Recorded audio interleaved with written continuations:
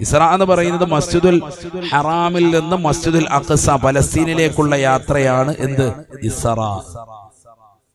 അതേ രാത്രിയിൽ നിന്ന് തന്നെ നേരം പുലരുന്നതിന് മുമ്പ് മസ്ജിദുൽ അഖ്സയുടെ പരിസരത്തുള്ള ഖുബ്ബത്തു സഹ്റായിൽ ഒരു പാറയുടെ പുറത്ത് നിന്ന് പരിശുദ്ധ പ്രവാചകർ സല്ലല്ലാഹു അലൈഹി വസല്ലമ തങ്ങളെ വീണ്ടും ആകാശ ലോകത്തേക്ക് കൊണ്ടുപോയി.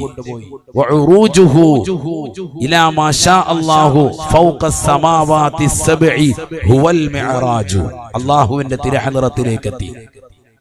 പലസ്തീനിലെ മസ്ജിദുൽ അഖ്സയുടെ പരിസരത്തുള്ള ഖുബ്ബത്തു സഹ്റായിൽ നിന്ന് അള്ളാഹുവിന്റെ തിരുഹദ്റത്തിലേക്ക് അവിടെ നിന്ന് എത്തിയതിനാണ് എന്ത് പറയുന്നത്? മിഅ്റാജ്. ഇത് രണ്ടും രണ്ടാണ്. ഇത് രണ്ടും ഒറ്റ രാത്രിയിൽ തന്നെയാണ് നടന്നത്. അതും വളരെ കുറഞ്ഞ സമയം. അതുകൊണ്ടാണ് ലൈലൻ എന്ന് നെക്കറയായി പ്രയോഗിച്ചത്. സദസ്സിൽ സാധുമാരുണ്ട്, മുത്തഅല്ലിമീങ്ങളുണ്ട്, അവർക്കറിയാം